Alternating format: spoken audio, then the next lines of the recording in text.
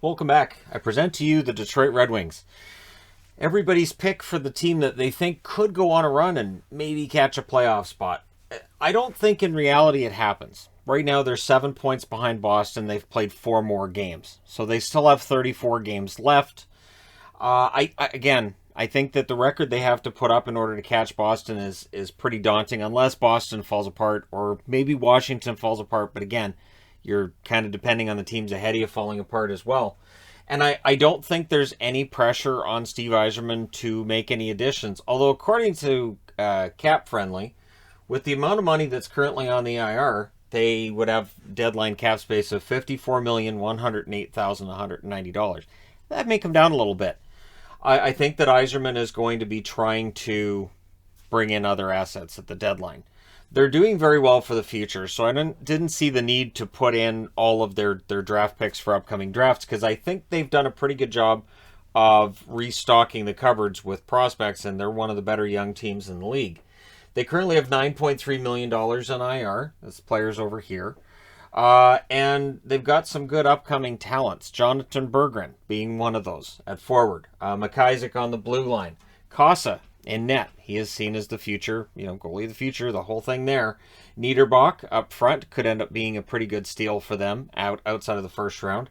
Edvinsson, all the reports on Edvinsson this year have been absolutely glowing, but they were glowing before he was drafted.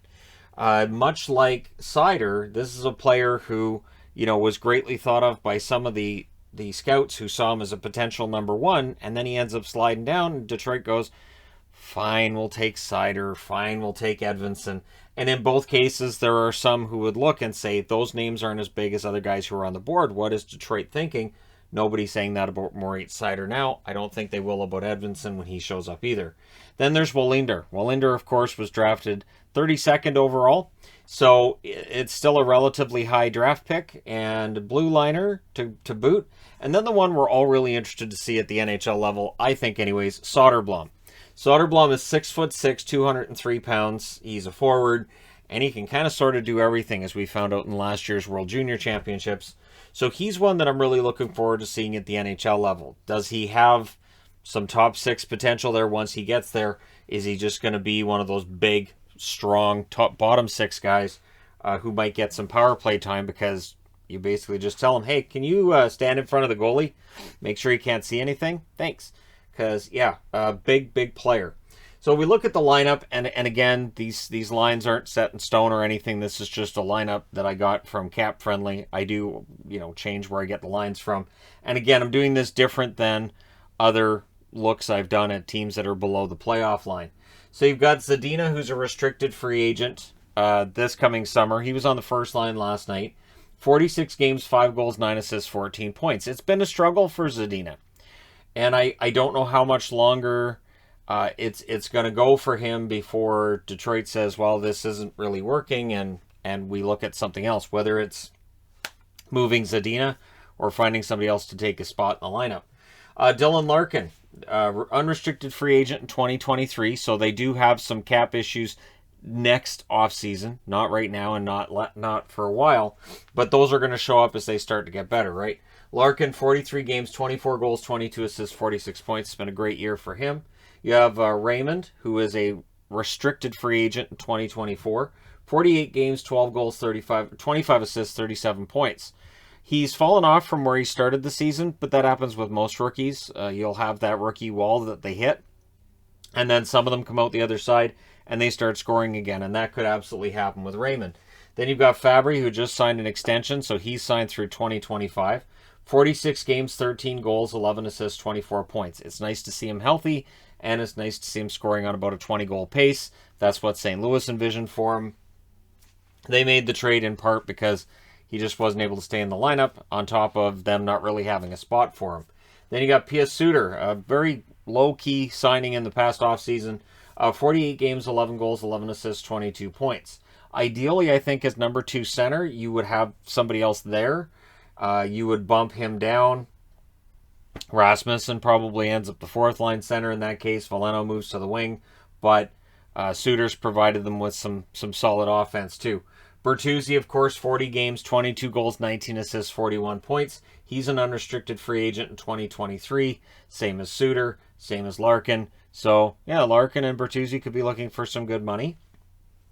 Bertuzzi could be looking for excellent money if he can put together a 35-goal season this year, maybe a 40-goal season, and then we see what happens. Nemesnikov, 48 games, 13 goals, 10 assists, 23 points. He's an unrestricted free agent this summer, and this is where the question comes in. If you are Steve Yzerman, and you say, you know what, we're 7 points back of Boston, we're in a position where we're probably not going to make the playoffs. If somebody calls right now and asks the asking price for Nemesnikov, are you listening, or are you looking at those 13 goals in 48 games and saying, who do we get to replace that player? Who's going to produce like that? Because for Nemesnikov, it's been a productive season, and you would think that teams would be calling about him. Then you have Rasmussen, 46 games, 5 goals, 10 assists, 15 points. He's a restricted free agent in 2024. No concerns with Rasmussen. Ernie, 47 games, 4 goals, 6 assists, 10 points. He's an unrestricted free agent next year, 2023. I mean, if somebody called, I guess you listen. There's term with Ernie, but I don't think that's a big difference maker there. Then you've got the Smith brothers. You've got Giovanni Smith, 38 games, 4 goals, 2 assists for 6 points. He's a restricted free agent next year, 2023. Jamel Smith, just the 1 game played in Detroit, but he has an assist, and he's an unrestricted free agent next year. So we shall see how this works, and if they end up making it so both of them are in the lineup at the same time, we'll see. Veleno, 32 games, 4 goals, 3 assists, 7 points. He's a restricted free agent, I should say, next year in 2023. Sam Gagner, 48 games, 4 goals, 12 assists, 16 points. His contract is up this summer. Might make a decent rental for somebody at the deadline. In fact, maybe you can find a way to package Nemesnikov and Gagner. You've got room to hold on to some cap. So if they're not happy about money they have, you can tell them, don't worry about it. We'll retain on either of or both of those contracts. So Nemesnikov and Gagner could be some good depth for somebody else and could add another young prospect, another draft pick for the Detroit Red Wings if they make that move. Then you get to the blue line. DeKeyser, 37 games, just the 3 assists. He's an unrestricted free agent this summer. Seider, 48 games, 4 goals, 27 assists, 31 points. He's a restricted free agent in 2024. I'm thinking he's untouchable, probably, right? And he has a very good chance of ending up winning the Calder. Not that it's the end of the world if he doesn't, because whoever wins the Calder is not necessarily the best player in that rookie class. Stahl, 41 games, 1 goal, 5 assists, 6 points. He's an unrestricted free agent this summer. Much like Nemesnikov, much like Gagner, they would likely listen if somebody called asking about Stahl at the deadline. Same with Nick Leddy, who's an unrestricted free agent this summer. 44 games, 1 goal, 11 assists, 12 points. And good veteran defenseman. And so we'll see whether or not the Detroit Red Wings look to make a move there. Osterley, 26 games, 1 goal, 4 assists, 5 points. He's an unrestricted free agent next year, 2023. And Lindstrom, Gustav Lindstrom, 38 games, 9 assists for him. He's getting close to that first goal. It's going to happen at some point soon. I believe in him. And yeah, he's a restricted free agent next year. I'm a huge fan of Lindstrom. As much as people love Seider, I think Lindstrom has the potential to be one of the better shutdown defensemen in the league. And then in net, you have 2 goalies who are trending towards unrestricted free agency. First, Nedeljkovic, 14, 13, and 5, 910 save percentage. He's an unrestricted free agent next year. And Greiss, 6, 7, and 1. He's an unrestricted free agent this summer. 894 save percentage for him. Again, if somebody comes calling about Greiss, odds are Detroit listens. They have Pickard in the minors. They can use Pickard. He's already played a couple of games this year. They can use him as the backup after the deadline if they need to, or they can bring somebody else in. So for Detroit, I think being a seller at the deadline shouldn't necessarily surprise people if that happens. There's also the other way to do this too, where you could say you rent out Gagner. Say, all right, we're going to rent out Gagner. We're going to trade him. We're going to get a draft pick back. Cool. We retain some money, but not throw in the towel on this season. So maybe you move Gagner because you can afford to move Gagner, and you bring somebody else up. You bring somebody else in. Maybe you make a hockey deal. Maybe Yzerman sits down and figures out a hockey deal where he's trading out maybe a little bit more currently, but he's getting back somebody who can play right now as well. So that kind of thing could happen. And then when you look at the IR, you've got Rowney, 22 games, 2 goals, 2 assists, 4 points. He's an unrestricted free agent this summer. if he's good to go before the deadline, then you're likely going to move him. Riley Barber, just the 2 games this year, no points. He's an unrestricted free agent this summer. Jacob Vrana, yet to play this year. He is signed through 2024. You put Vrana in the lineup, that might allow you to then trade a Nemesnikov, trade a Gagne, and you don't lose anything because you just put Vrana back in the lineup, right? So that's where things get interesting if some of the guys on this side of the board end up over on this side. You got Mitchell Stevens, 16 games, 4 assists. He's a restricted free agent this summer. They bring him in from Tampa. Again, if Stevens gets healthy, does that mean you bump somebody else out? Maybe somebody else becomes available for trade. And Troy Stetcher has just played 6 games this year, has 1 assist. He's an unrestricted free agent this summer, and I welcome him back in Vancouver is what I hope I'm saying this summer. Stetcher is an underrated defenseman, but the interesting thing is they have stayed competitive. They've got a decent blue line here, and if Stetcher were to get healthy, that might mean it's easier than to make a trade.